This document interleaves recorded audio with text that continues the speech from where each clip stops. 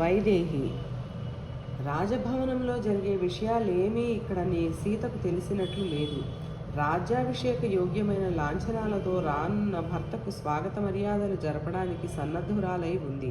కానీ వస్తున్న భర్త ముఖం మ్లానంగా అవ అవతనమై ఉండడం చూసి ఆశ్చర్యభయచకిత అయింది. వణికే అడుగులతో ఎదురు వెళ్ళింది. ప్రాణం కంటే ప్రియమైన సీతను చూసే వరకు గంభీరంగానే ఉండగలిగాడు రామచంద్రుడు.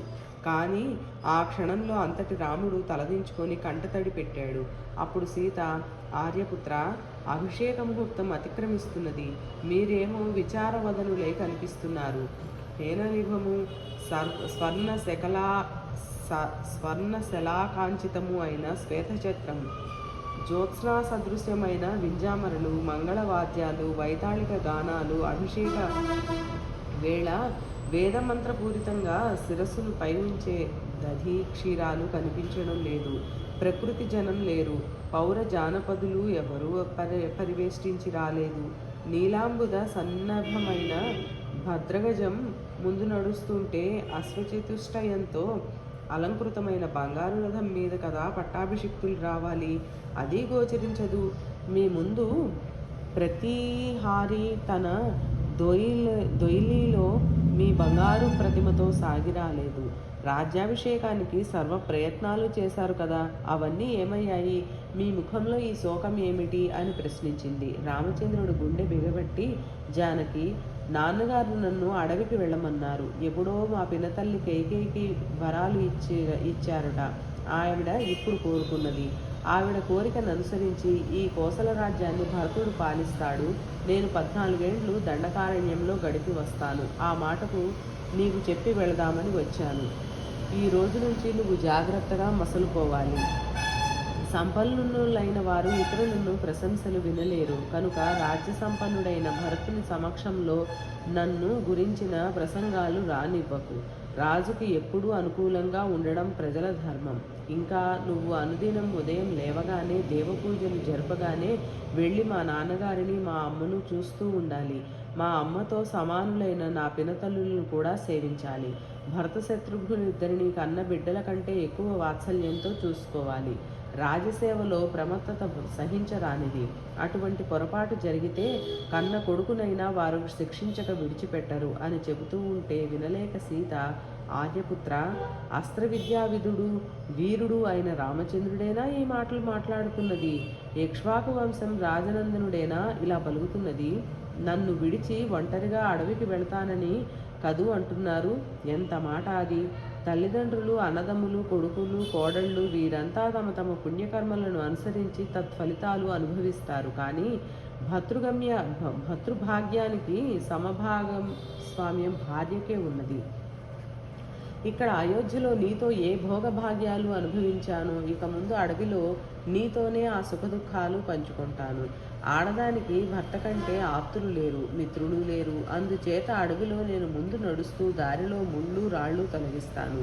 మహర్షి తుల్యులైన మా జననీ జనకులు నాకు చిన్ననాటి నుండి ధర్మ విషయాలు చెప్తూనే ఉన్నారు. అందులో పత్ని ధర్మాలు బాగా తెలుసుకున్నాను. ఆ విషయంలో నేను కొత్తగా నేర్చుకోవలసింది లేదు.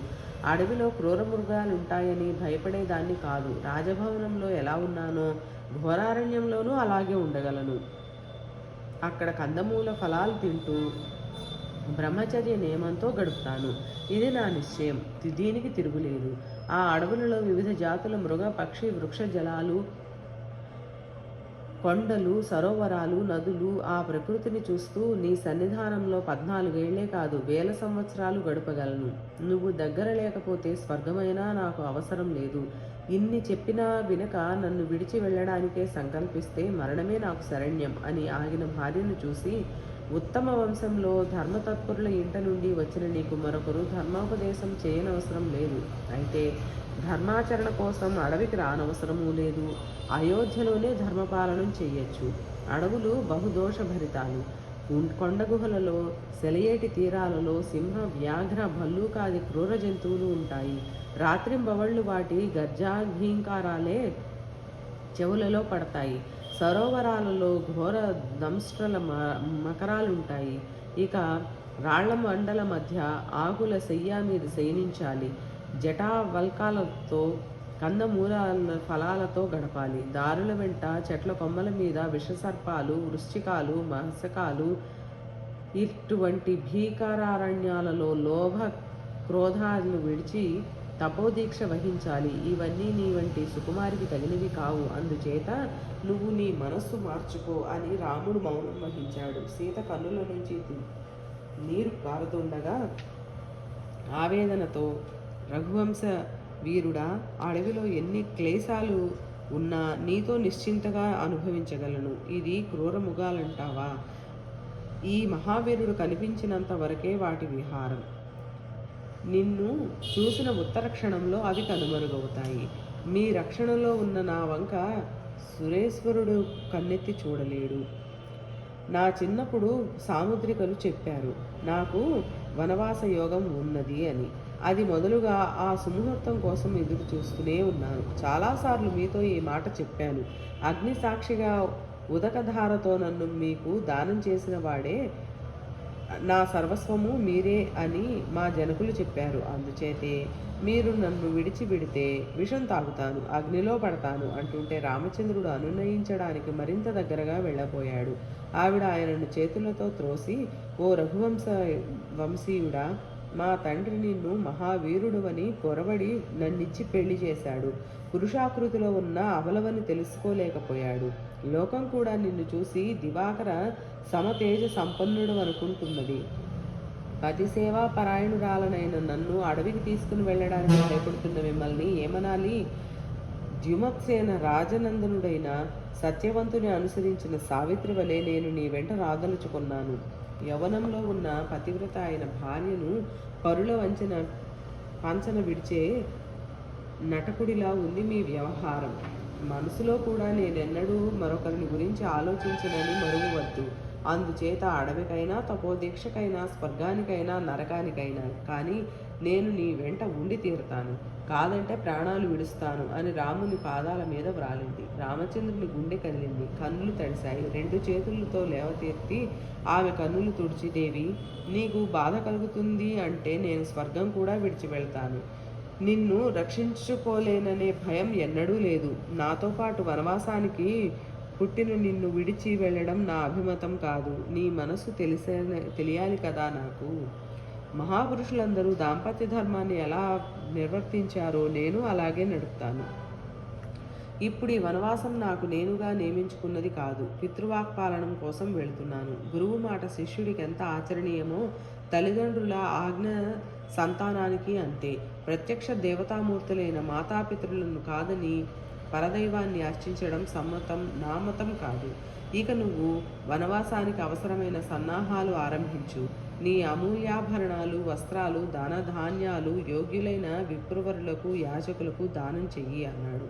వారి మాటలు వింటున్న లక్ష్మణుడు రామభద్రుని పాదాల మీద వ్రాలి, అన్న, వనవాసమే నిశ్చయమైతే నేను మీ వెంటే ఉంటాను. ధనుర్బాణధారినై నిరంతరం నిన్ను రక్షిస్తూ ఉంటాను. మీరు లేని స్వర్గం కూడా నాకు అవసరం లేదు అన్నాడు. రామచంద్రుడు నవ్వుతూ, తమ్ముడు, నువ్వు నాకంటే ముందే బయలుదేరే ఊహలో ఉన్నావు. నీకంటే ఆప్తమిత్రుడు నాకెవడున్నాడు?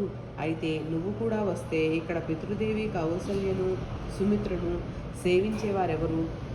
కామవశ హృదయుడైన మహారాజు వీరిని గురించి ఆలోచించరు. ఈర్ష్య మాత్సర్యాలతో ఉన్న కేకేయి వీరిని సక్రమంగా చూడదు. తల్లి మాటను జవదాటలేక భరతుడు కూడా వీరి పట్ల ఉదాసీనుడవుతాడేమో తెలియదు. ఏమైనా నువ్విక్కడ వీరి రక్షణలో ఉండక తప్పదు అన్నాడు. అప్పుడు లక్ష్మణుడు, రామభద్ర, భరతుడు నీ భయంతో అయినా వీరిని ఉచితంగా చూస్తాడు. కాక అటు ఇటు జరిపినాడో ఇదిగో ఈ కరవాలానికి పని తగులుతుంది. అమ్మ కౌసల్యాదేవి పోషణ అంటావా? ఆవిడను ఒకరు పోషించనవసరం లేదు. 1000 గ్రామాలకు ఆవిడ అధికారిణి. ఆవిడే 1000 మందిని పోషించగలదు. మా అమ్మ కూడా ఆవిడ పోషణలోనే ఉంటుంది. అందుచేత నేను నీతో అడవికి రావడం తప్పదు. మీకు కందమూల ఫలాలు తెచ్చి ఇచ్చి అగ్ని కార్యానికి అవశ్యమైన సమితులు సమకూరుస్తూ మీరు ఉభయులు నదీ తీరాలలో, గిరికందరాలలో విహరించే వేళల జాగరూకుడునై రక్షణ భారం వహిస్తా అన్నాడు. ఇదే నీ నిశ్చయమైతే వర్ణదత్తాలైన ధనుస్సు, తూణీరం, అభేద్య కవచం తీసుకువచ్చి సిద్ధంగా ఉండు అన్నాడు రామచంద్రుడు.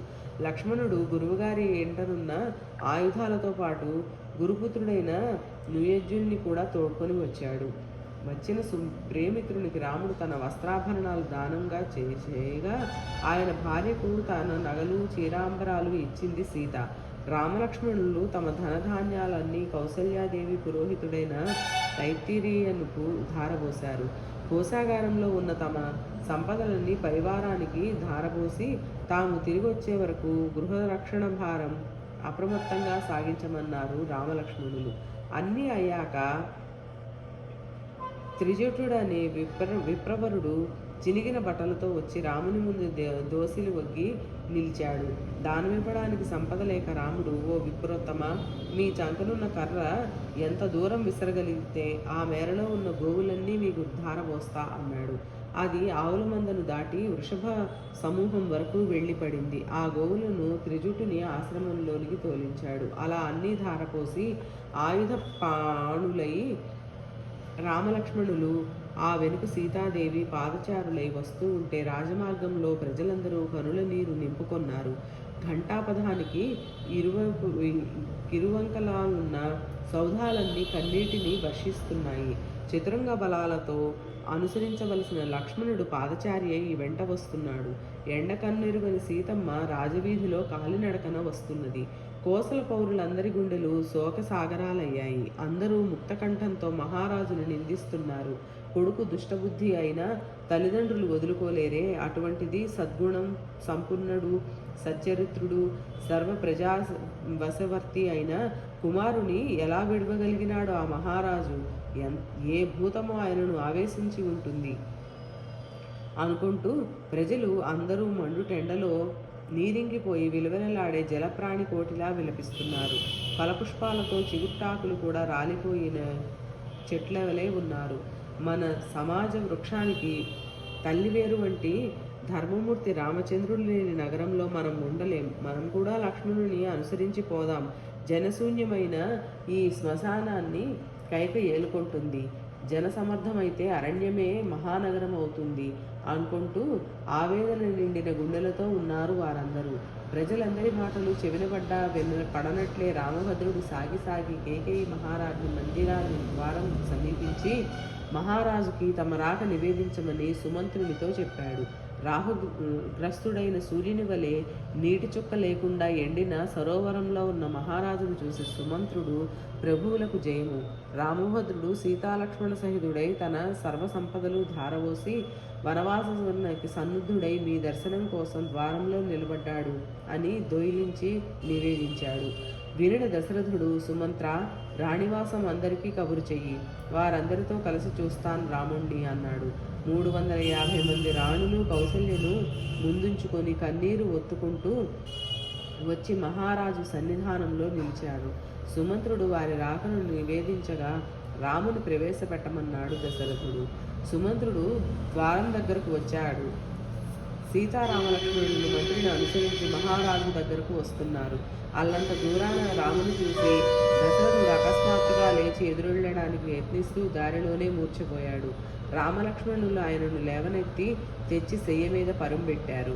అంతఃపుర స్త్రీల ఆక్రందన ధ్వనులు మందిరమంతా వ్యాపించాయి. పుత్రగాత్ర స్పర్శతో చైతన్యం పొందిన మహారాజుకు నమస్కరించి రామచంద్రుడు, ప్రభు, మీ ఆజ్ఞానుసారం దండకారణ్యానికి వెళుతున్నాను. ఎంత వారించినా వినకుండా సీతా లక్ష్మణుడు కూడా నా వెంట బయలుదేరారు. వారికి కూడా అనుమతి ఇవ్వండి. ప్రజాపతితో సమానులైన మీరు శోకాన్ని దరిజేరనివ్వకూడదు. మాకు సెలవిప్పించండి అన్నాడు. దశరథుడు బాష్పపూర్ణ నయనాలతో రుద్ధకంఠంతో, రాఘవ, ఈ దశరథుడు కేకేయి వశావర్తుడై ఉన్నాడు. వీణ్ణి నిగ్రహించి నువ్వు రాజ్యం స్వాధీనం చేసుకో అన్నాడు. ఈ రాజ్యాన్ని చిరకాలం మీరే పాలించాలి. నాకసలు రాజ్యకాంక్ష లేదు. 14 ఏండ్లు 14 క్షణాలుగా గడుపుతాను అంటున్న రాముని దగ్గరగా తీసుకొని, నాయన, సత్యధర్మబద్ధమైన నీ మనస్సును నేను మార్చలేను. నీకు వనవాసం సుఖప్రదంగా సాగుగాక. అయితే ఈ ఒక్కరోజు ఇక్కడ నాతో గడిపి వెళ్ళు. అలనాడు కైకిచ్చిన వరాలు సన్నిహితగా ఇప్పుడు వంచిస్తాయని ఊహించలేదయ్యా, నన్నింతగా వంచిస్తాయని ఊహించలేదయ్యా అని బ్రతిమాలుతున్న తండ్రి మనసు గ్రహించిన రామచంద్రుడు పితృపూజ నేటికి రేపటికి ఎంత తేడా! ఈ మోహపాసం ఎంత తొందరగా తెంచుకోగలిగితే అంత శ్రేయస్కరం. అరణ్యం మీద లగ్నమైన నా మనస్సును వెనుకకు మరల్చను. కైకమ్మ మోసం చేసిందనుకోవడం కూడా న్యాయం కాదు. రాజ్యం భరతుని అధీనం చెయ్యండి. అప్పుడే మీ వాక్పాలనం నిలబడుతుంది. మీ ఆజ్ఞాపాలనమే నా విధి. అది రాజ్యమైనా అరణ్యమైనా తేడా లేదు. సుకృతాన్ని సత్యాన్ని ప్రమాణంగా ఉంచి చెప్తున్నాను. నాకు వనవాసమే సంతోషప్రదమైనది. మా పినతల్లి కూడా నన్ను అరణ్యానికి వెళ్ళమంటున్నది. అత్యంత ప్రశాంత ప్రదేశము, బహువిధ వర్ణ శోభితాలైన పశుపక్షి సంతతులతో అడవులు ఎంతో సుఖాన్నిస్తాయి. ఇన్నిటికి మించి సర్వదేవతల వలె అధికుడైన తండ్రి మాటను మన్నించడం కంటే పుత్రుడికి కర్తవ్యం లేదు అంటుంటే దశరథుడు నిరత్రుడై కొడుకును గాఢంగా కౌగలించుకొని విషాద సాగరంలో మునిగాడు. అంతఃపుర స్త్రీల రోదన ధ్వానాలు పెల్లుబికాయి. ఆ సన్నివేశం సుమంత్రుని గుండెకు నమూలం కదిలించింది. దీర్ఘంగా నిట్టూర్చి తల విసిరి చేతులు రెండు ఒకదానిలో ఒకటి బిగించి దంతాలు పటపటలాడించి ఎర్రవారిన కన్నులతో, ఓ కైకమ్మ తల్లి, నీ వరాలతో జగత్ప్రభువైన భర్తనే పరిత్యజించి నువ్వు చెయ్యలేని ఆ కార్యం ఏముందమ్మా? ఈ కోరికతో వంశనాశనానికే సాహసించిన నిన్నేమనాలి? సాధారణంగా స్త్రీకి సంతానం కంటే భర్త మీద అనురాగం అధికంగా ఉంటుంది. కానీ నువ్వు దానికి విపరీతంగా భర్తను కొడుకు కోసం త్యాగం చేస్తున్నావు. నువ్వు కోరినట్లు నీ కొడుకే రాజ్యం పట్టం కట్టుకో. మేమందరము మా రామభద్రుని వెంట అడుగులకే పోతాం. ఈ దేశంలో వేదవిధుడైన విప్రుడు ఒక్కడూ ఉండడు. విప్రశూన్యము బంధుహీనము అయిన దేశాన్ని ఏలుకో అని క్షణమాగి, అమ్మా, ఎవరెన్ని నిందించినా చలించని నీ గుండెకు చేతులు జోడిస్తున్నాను. ఈ భూమి బద్దలై నిన్నెందుకు కవళించడం లేదో తెలియడం లేదు తల్లి. మధుర ఫలాలిచ్చే రసాల వృక్షాన్ని పడవ్రోసి నువ్వు వేప చెట్టుకు క్రోధి చేస్తున్నావు. ఈ బుద్ధి నీ తల్లనే పుట్టలేదు, నీ వంశంలోనే ఉన్నది. మీ అమ్మ కూడా ఇలానే తన భర్తను హింసించిందని విన్నాము. ఆ తల్లి బిడ్డవు నువ్వు. కైకమ్మ, వేప చెట్టు తీయని పండ్లు ఇవ్వగలదా? నీ పట్టుదల నీదే తప్ప ఆ పట్టు నీ భర్తను బలిగొంటుందని తెలిసినా విడిచిపెట్టవు. మీ అమ్మ కూడా మీ నాన్న మరణాన్ని లక్ష్య పట్టునే పట్టింది. అందుకే ఆయన ఆవిడను పరిత్యజించాడు. లోకంలో కొడుకులు తండ్రి గుణాలను, కూతుళ్ళు తల్లి లక్షణాలను పుణికిపుచ్చుకుంటారు. ప్రజారంజకుడు, గుణసంపన్నుడు, సర్వప్రాణి రక్షకుడు, అన్నింటినీ మించి వంశజ్యేష్ఠుడు అయిన రామభద్రుని అడవుల పాలు చేయడం ఉచితం కాదు. త్రికాలాల ప్రజలు నిన్ను ఆడిపోసుకుంటారు. ఆ అపఖ్యాతిని నెత్తికెత్తుకోక నీ వరాలను వదులుకొని మా అందరినీ మన్ననలు అందుకో అని చిరకాలం మంత్రిగా ఉన్న అనుభవంతో నయానా భయాన ఆమె మనస్సు మార్చడానికి యత్నించాడు. చలించలేదు కైక మనస్సు. ఆమె కనులలో తీక్షణ సడలలేదు. పెదవుల బిగి రవంత చెడలేదు. తదేక దృష్టితో అచంచలంగా నిలబడి ఉంది. చూసిన దశరథుడు, ఓ నూతవృద్ధుడా, ఈ రాజ్య కోశాగారాన్ని చతురంగ బలాలతో రాముని వెంట అడవికి పంపించు. సేనారక్షణలోనే రూపాజీవులైన వేశ్యాజనం, వ్యాపారకులైన వర్తక శ్రేష్ఠులు, అరణ్య రహస్యాలెరిగి జంతువులను వేటాడడంలో నిపుణులైన బోయిలు రావాలి. నా రాముడు అడవిలోనే యజ్ఞ యాగాది క్రతువులు నిర్వహించి మహర్షులకు తృప్తి కలిగిస్తాడు. భరతుడు ఇక్కడ రాజ్యం ఏలుకుంటుంటే రాముడు అక్కడ హాయిగా ఉంటాడు అన్నాడు.